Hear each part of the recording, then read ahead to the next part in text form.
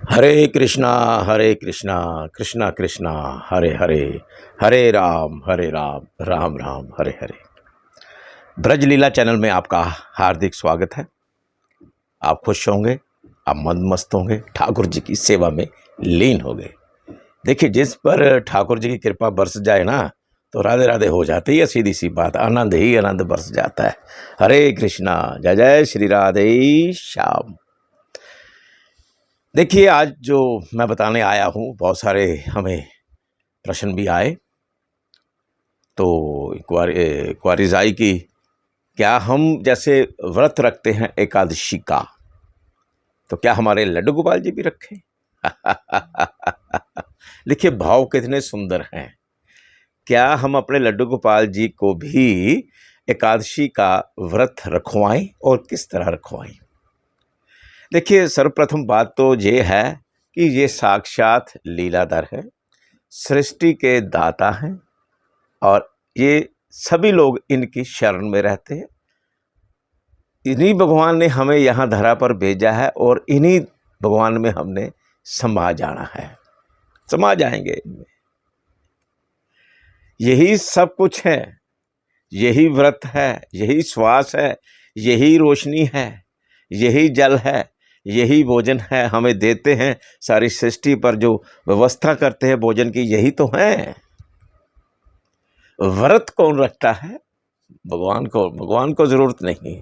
हम भगवान को प्रसन्न करने के लिए, भगवान के लिए हम प्राणी व्रत रखते हैं, एकादशी का या किसी और का, क्योंकि हमने तो अपने प्रभु को खुश रखना है।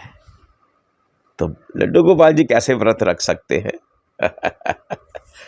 भक्त की, देखिए, भक्त भी लीला करते हैं। देखिए, ये सारे जो व्रत जप तप इन्हीं के नाम का होता है, प्रभु के नाम का होता है। तो देखिए, वही चीज़ करनी चाहिए जो शास्त्रों में लिख रखा है। तो प्रभु के लिए ही व्रत होते हैं, प्रभु के लिए ही भजन कीर्तन होते हैं, प्रभु के लिए ही भंडारे लगते हैं, जैसे हम भंडारे भी करते हैं। तो सब प्रभु की लीला है। ये आत्मा जो है, इसका सीधा संबंध है परमात्मा के साथ। ये परमात्मा ने ही आत्मा के हमारे शरीर में डाली है। ये जो शरीर है, ये नश्वर है। जब श्वास ही निकल गए तो शरीर किस काम का? श्वासों के साथ ही है। ये श्वास कौन चला रहा है? कोई देखा आपने? जैसे कोई जनरेटर चलता है तो लाइट पैदा होती है, अदृश्य शक्ति है। ये आत्मा स्वरूप है।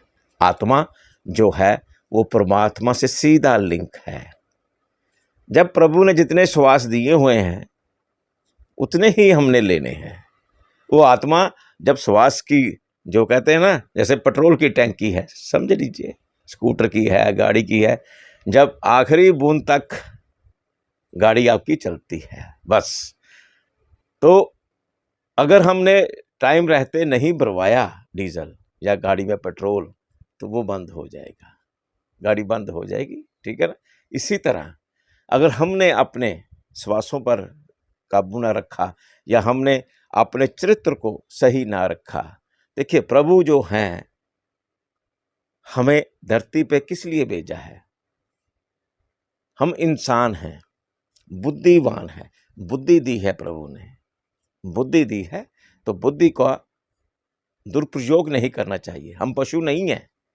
बड़े सारे भक्त कह देते, कई लोग ऐसे हैं कि जैसे हम हिंदुओं में हम तो कहते हैं कि मांस मदिरा का सेवन ना करें, गलत कार्य ना करें। तो कई लोग पता क्या कहते हैं, सुनिएगा ध्यान से। कहते जैसे वन के पशु हैं, वो एक दूसरे को मार के खाते हैं। भाई, भगवान ने उनको बुद्धि नहीं दी है, पशु हैं वो। पशु का नाम क्या है? पशु। इंसान मानव को बुद्धि दे रखी है। आज सारी सृष्टि पर मानव ने कब्जा कर रखा है। बड़े बड़े पशुओं को, शेरों को, हाथियों को अपने कब्जे में ले रखा है। कैसे? बुद्धि से।